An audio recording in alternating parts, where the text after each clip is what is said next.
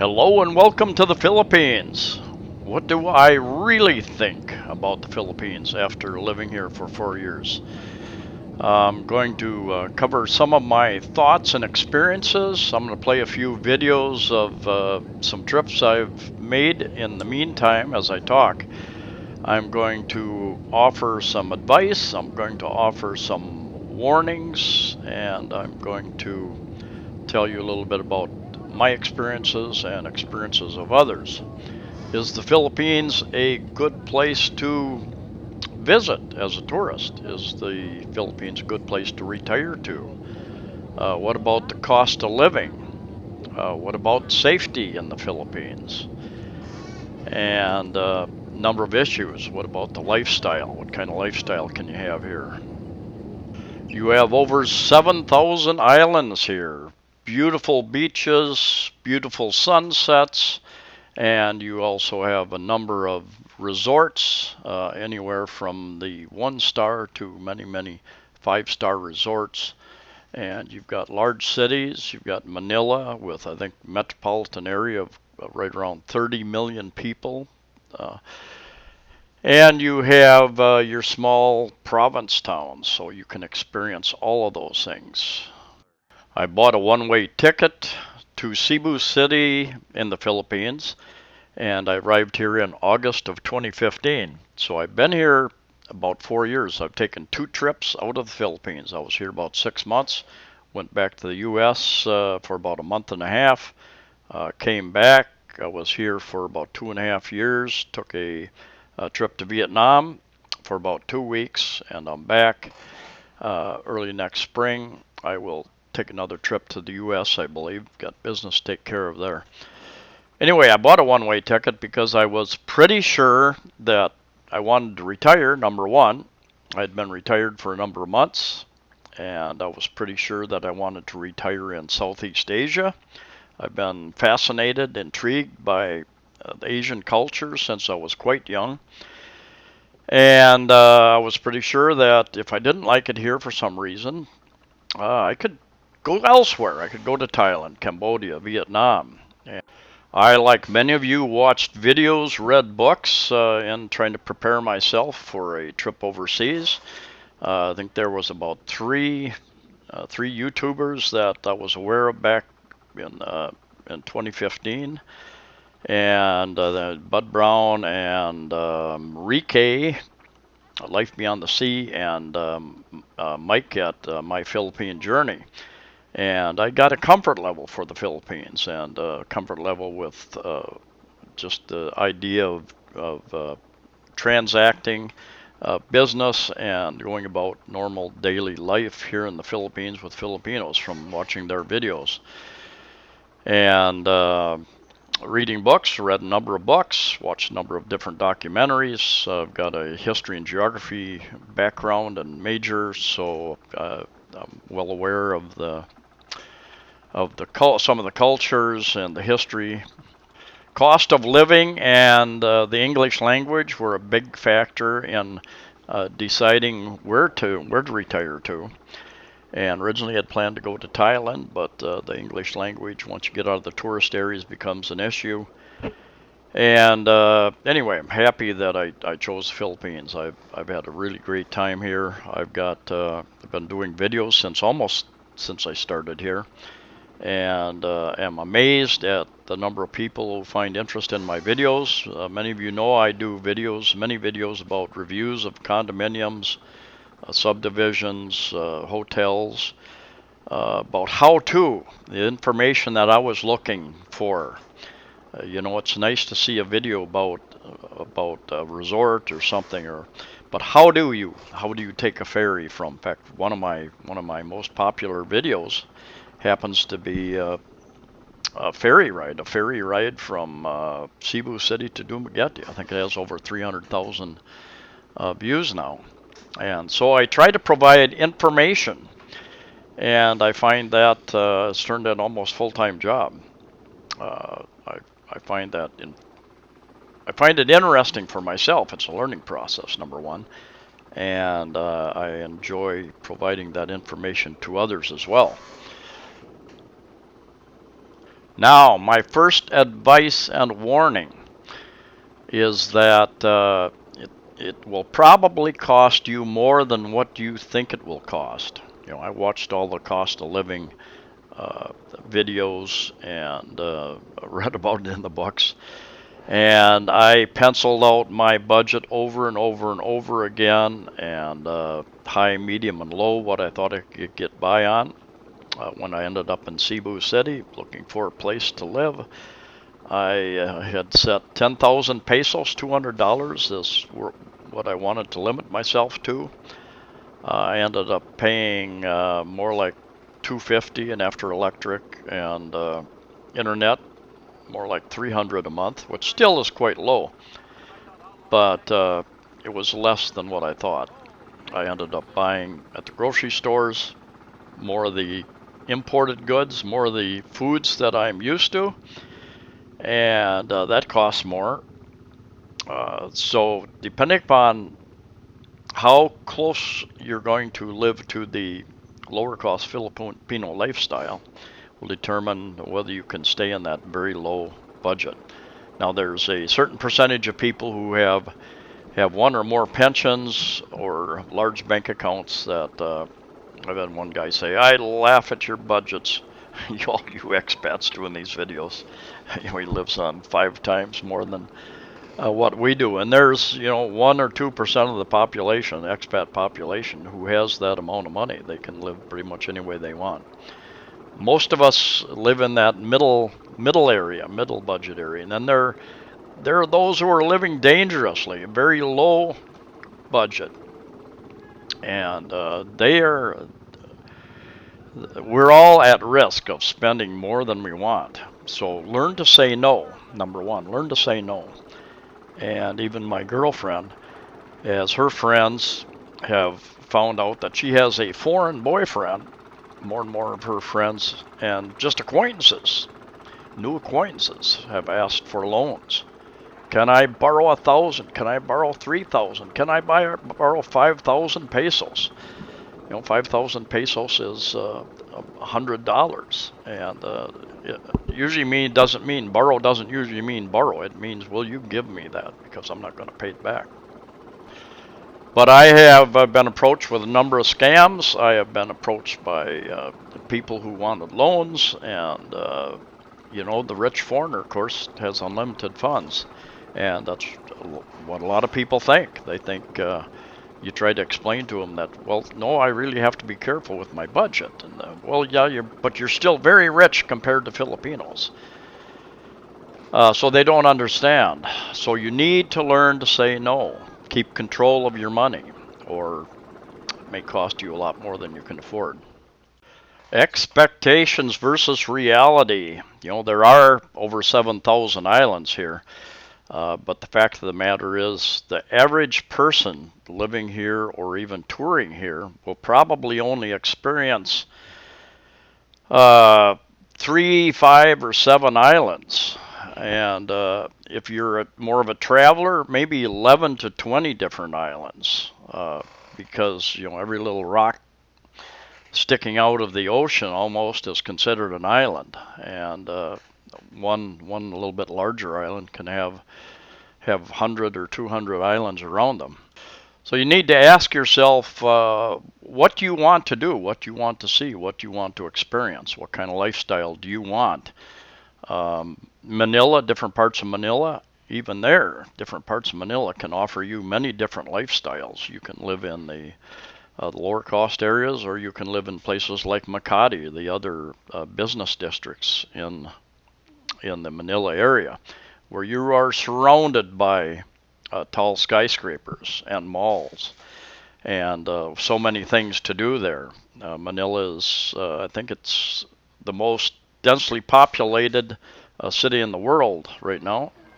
Manila has major traffic issues. I live in Cebu City, the second largest city in the Philippines, and it has traffic issues. But I've talked to a couple taxi drivers who moved here from Manila, and they said, "This is great, there's no traffic here," which is a bit of an understatement. You also have cities like Davao City and Mindanao. You've got Iloilo City. You've got Bacolod City. You've got, if you want to get, the only way you get away from the heat pretty much going up in elevation. You have Dumaguete, which is a smaller city, but very popular with expats. And it's got the hospital and hospitals, universities, has many of the things many of you might be looking for. Very close to good diving and snorkeling areas, and they've got an airport just outside of town.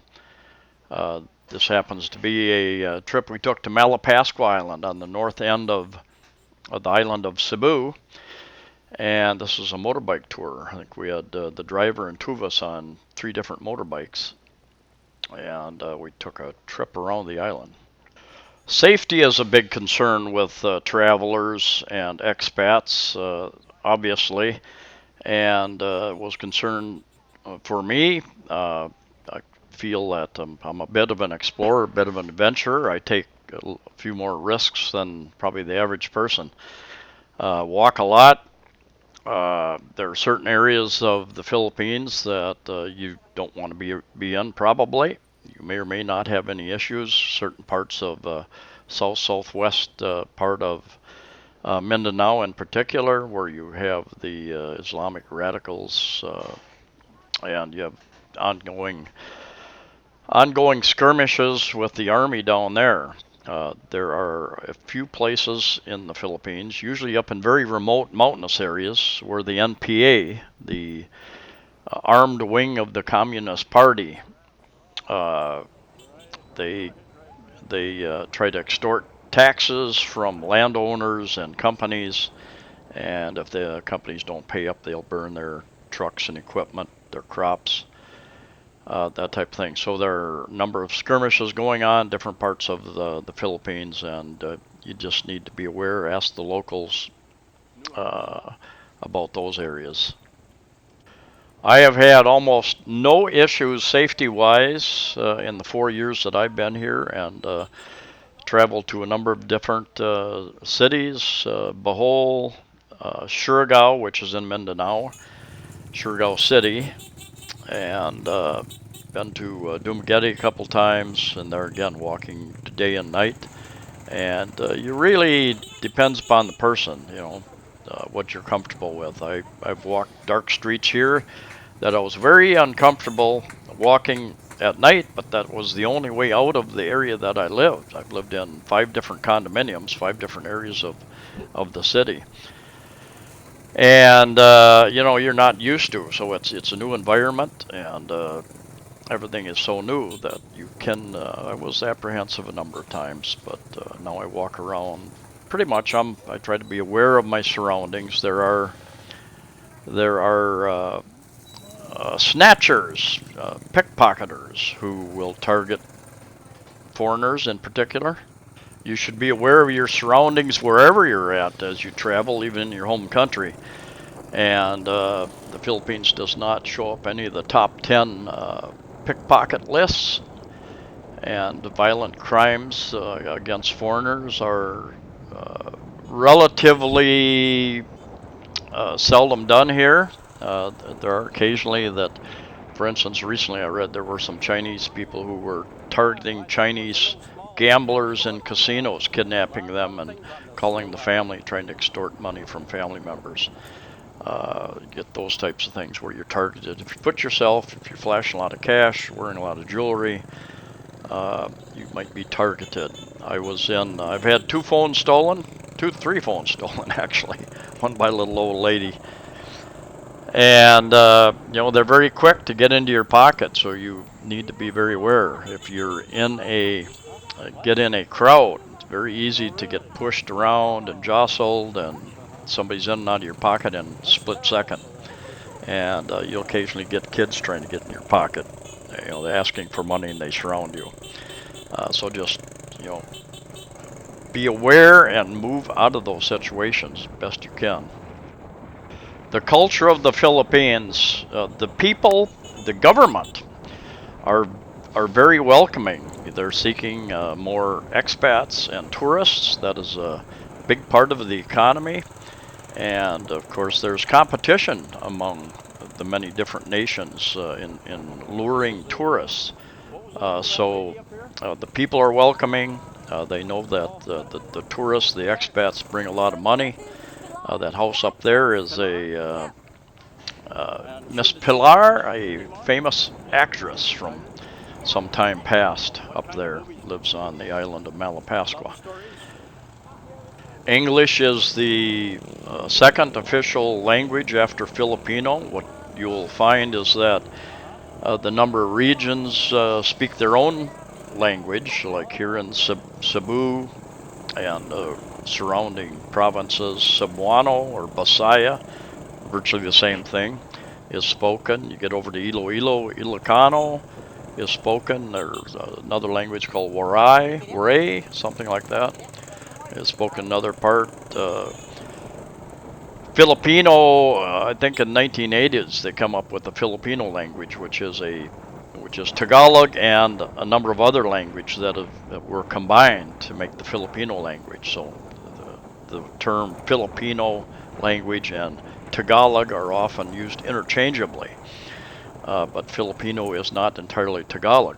Filipino is a big part Tagalog, but also they've taken a certain percentage of words from each of the major languages in the Philippines, trying to make everybody happy.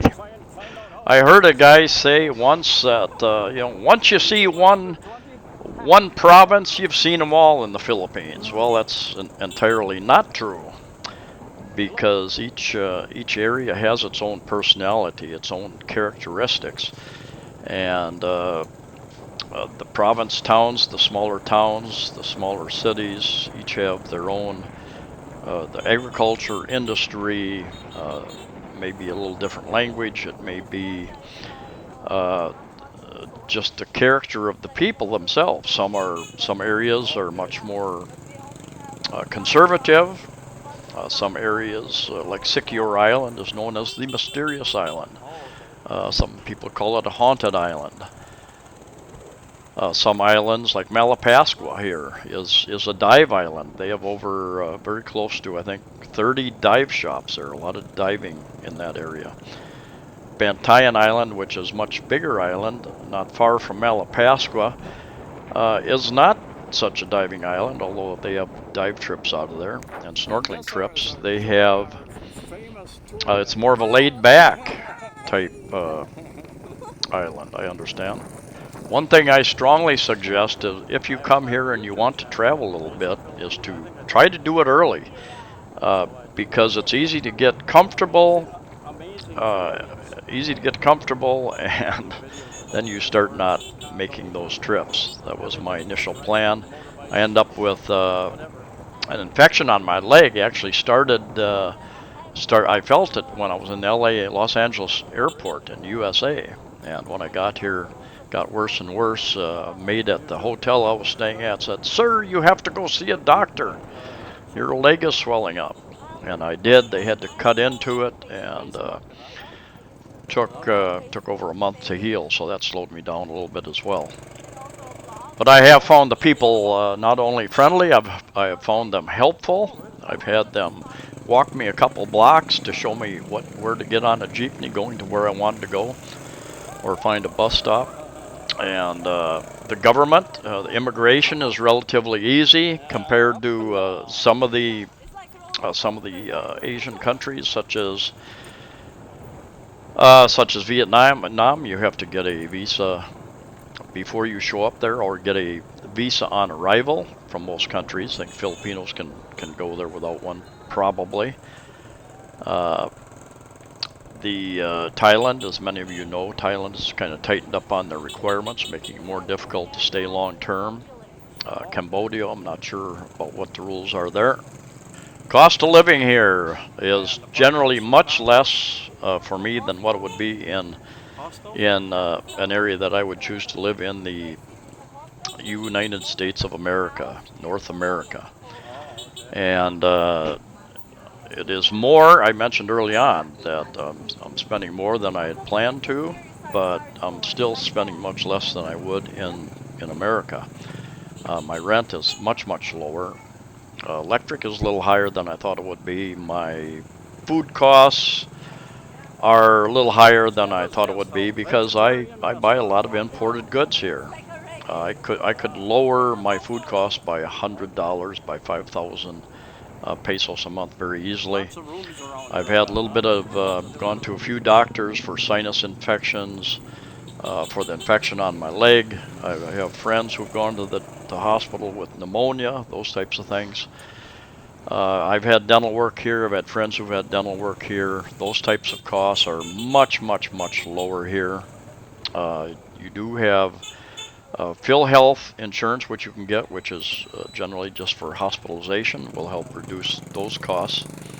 The price went up a bit, still like $350 a year, I think, for foreign. It doesn't cover the major things anymore, but that could help buffer that. There are a number of insurance companies that offer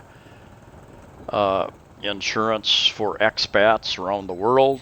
Very good coverage, but it will cost you.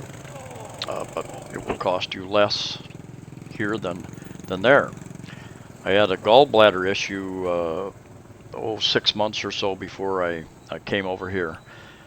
And I asked, I had Blue Shield, Blue Cross at the time, and I asked them if they had hospitals that they used overseas, and yes, they gave me a 800 number, and it's good for them. It saves them money, saves you money. But because of my gallbladder issue was pretty serious at the time, I chose not to travel out of the country at that time. I'm going to mention some of the frustrations of living here shortly, but first, travel costs are generally very low. Of course, with so many islands, ferries and these smaller, what they call banca boats, are often used to get you from one island to another. Ferry traffic can be delayed because of storms, typhoons. A month or so ago, a couple ferries overturned over by Iloilo, and a number of people drowned there. And they have the smaller ferries up to some of the larger. These are medium-sized ferries in the background there, and then very large ferries that from Cebu City going to Manila, for instance. They're ships basically, and will take about 24 hours to get from Cebu City up to Manila, I believe. And then your costs will vary, but generally very low to get from Cebu City to Tagbilaran City over on Bohol, which is a very popular destination. About 500 pesos, about $10 for a less than a 2-hour trip.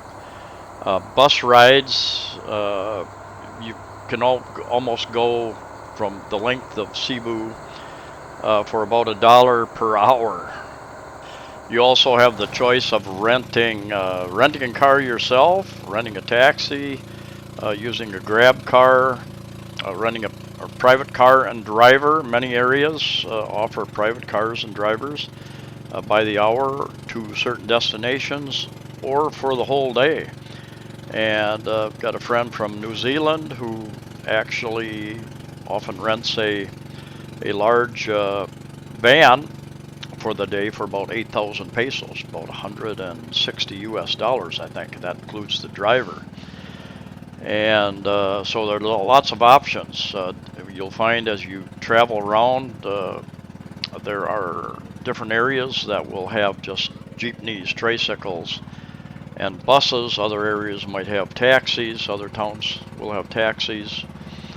So it really depends upon the area that you're in, but generally relatively expensive compared to America, where I'm from, where it would cost 10 or 100 times more. Many of the parks and entertainment areas, resorts, have day use. Like this is Fantastic Island in Medellin on the north end of Cebu Island. And I think it would cost 50 pesos to get in, or less, 40 pesos, less than $1. And you can rent the cottages there as well for a couple hundred pesos for the day, I believe. I think I paid 1,500 pesos $30 for this guy to bring us over from the mainland over to this island, and that included him picking us back up like 5 hours later. You also have the option of what's called V-hire, van hire, which run many of the routes that buses do, but usually cost just a little bit more, maybe another 10, 20 pesos more than the bus does. Frustrations. There are bound to be frustrations anytime you're visiting, living in a new culture. For that matter, that can happen even traveling across your own country as you experience different types of food, different accents, and that sort of thing, different pace of life. And you will find that the pace of life here is slower. That can be a good thing, depending upon your personality. It can be very frustrating sometimes because the urgency that you feel is not felt by many of the Filipinos. Things will get done in their time, and there's often not that urgency that you feel to get things done, get your internet put in, get a phone put in, um, various types of things. Infrastructure here can be a little frustrating. I walk a lot, and a lot of times there are no sidewalks. You're walking in the street, or the street is often smoother than the sidewalks are. Lots of obstacles in on the sidewalks where there are sidewalks. Old pieces of concrete, big holes. I've got a number of scars on my legs where I've tripped over holes, and so I try to carry a flashlight with me anymore in the evening. It is very common for stores to be out of stock of items that you want, items that you found before, and they cannot tell you when or if they'll ever get those items back in again. So that's a management issue. It's an inventory issue. I understand that you're shipping by ferry oftentimes. You have storms, but that usually isn't the reason for the delay. It's just very poor inventory control. Language, even though their second language is English, that can be a frustration here. And you think you're understanding one another, and then you find out that there is a problem with the communication at times. The big cities like Manila, of course, have very large malls. Cebu City has a couple very large malls. The other big cities have decent sized malls. Smaller cities and towns have small malls, but even so, you will find availability of items is much less than what you're used to in America, for instance, probably Europe as well. There is no Amazon equivalent. You do have some online sites you can order from, Lazada being one, owned by Alibaba now. But availability is doesn't compare at all to what you have, and it might take you a week or 2 weeks to get some simple item because it will ship by ferry oftentimes, and a number of ferries to get it to you. One last item that may be a bit frustrating. There's part of the culture here is saving face. Uh, confronting somebody, embarrassing them, especially in public, is a big no-no here, and you can create an enemy. And if you're an enemy of somebody, you're probably an enemy of that family and all their friends as well. So you need to be diplomatic, put it that way, because if you create a scene, if you embarrass somebody, that will be held against you probably for a very long time and make your life more difficult. That's true in many Asian countries and other countries as well. Pollution can also be a major frustration, and whether it's air or water, or just trash on the street and in the streams and canals and rivers and beaches. And it's something, some places you walk, you smell the urine. There seems to be a major lack of CRs, of bathrooms, toilets. So the good news is that many rivers, Manila and Cebu City, as I walked, I've noticed that there's been lots of cleanup crews out cleaning the trash up. I've noticed that many of the sidewalks are much, much cleaner than they used to be. So there is an effort to clean up, and but they got a long ways to go, no doubt about that. And now some conclusions. I have been here for 4 years. I am still enjoying the Philippines. Uh, Bud Brown and his Bud Brown channel, he has a new channel, Bud Brown Live, and he said a while back that he had made it 5 years, and he'd heard that if you make it 5 years, that's a landmark. You're probably going to make it in the Philippines. I will say that there are times I have felt like I've been in a rut. In fact, I feel like that right now, and it's time to take a trip. It's time to get out of town. And I would suggest that. I mean, that can happen any place you move, even in your own country. Uh, this is a motorbike trip we took over to Bohol. We're going up to a waterfalls, and here in a bit, I'm going to show you how not to ride a bike. How I'm going to show you how I dumped this bike going back down the hill, and it was scary at the time, but we survived it. But I like the culture. There are challenges. If you think you're going to come here and make the Philippines do things the way you do back in your old country, you will become quite frustrated. I know people who are very adventurous and they take risks, some risks like I do, have a great time. I know people who come here on a very tight budget. They spend a lot of time sitting in their apartment or rented house or the house that they bought or built for their girlfriend or wife, and they're happy just sitting and watching cable television much of the time or working in their garden. So you can have the lifestyle that you want here. I feel safer here, unless I'm driving the motorbike, as you'll see in a minute. Actually, I feel pretty safe there too, but this was a risky ride. Feel safer here than many places in America, and I've heard the same thing from many Europeans. So I like the culture, the cost of living, the safety, the friendly people in general. Like I said, I've had about 3 phones stolen, and that's just part of the risk that I've taken. But I haven't been harmed in any way and never really felt at risk in other ways. So it is a paradise on earth. There's lots to do here, many things to see and do. People are great. Uh, you need to adapt. The climate is I adapted very quickly. I spent a lot of my years in the deserts of Arizona and Nevada, so I'm used to hot, dry climate. But I adapted to this climate very quickly. That will be up to you how you adapt.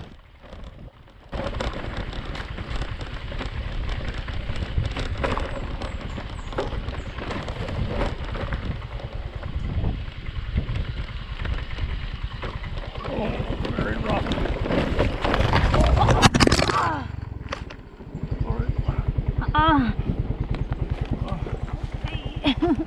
Okay.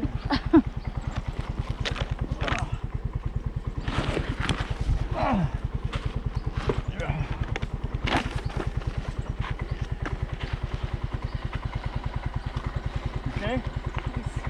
Huh?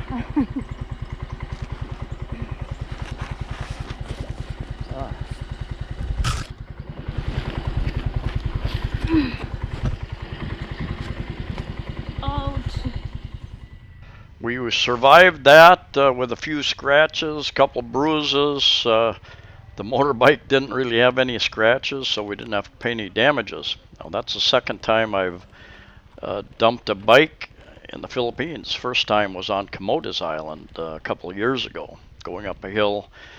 There was a real sharp left-hand turn and going up pretty steep, and I didn't have enough gas. I gave it some gas. Of course, you're already into the turn, and laid it over. That cost me 7,000 pesos, 140 US dollars, to supply the new parts that I scratched up. Other than that, I was scratched and bruised and sore for a couple of weeks, but fortunately survived. So there are some risks, especially on roads like this. I know a guy, I think he was from Finland. He was on Bohol, driving on paved streets, and some kids ran out, just bumped into him a little bit. Nobody got hurt, but the people insisted on calling the police. Ended up costing him 10,000 pesos to be able to leave the area. So there are risks involved. I do hope to visit many more cities and areas of the Philippines in the coming year and years. I also hope to visit Thailand, Cambodia, maybe Vietnam one more time. I've done a number of videos about Vietnam, and they're in a playlist now called Vietnam. And anyway, I think that the Philippines will continue to be my home unless governments make it more difficult to stay here, whether the Philippine government or whether the American government would make it more difficult at some point in time to live overseas. If there would be some penalty to your pension, for instance. Countries like I think Canada has a penalty. Australia has some kind of penalty if you stay out of the country too long. Anyway, thank you for watching. Thank you for bearing with me here and listening to me. Please like the video. Please share the video. Please subscribe. Safe travels to you all wherever you're at, and I'll see you next time.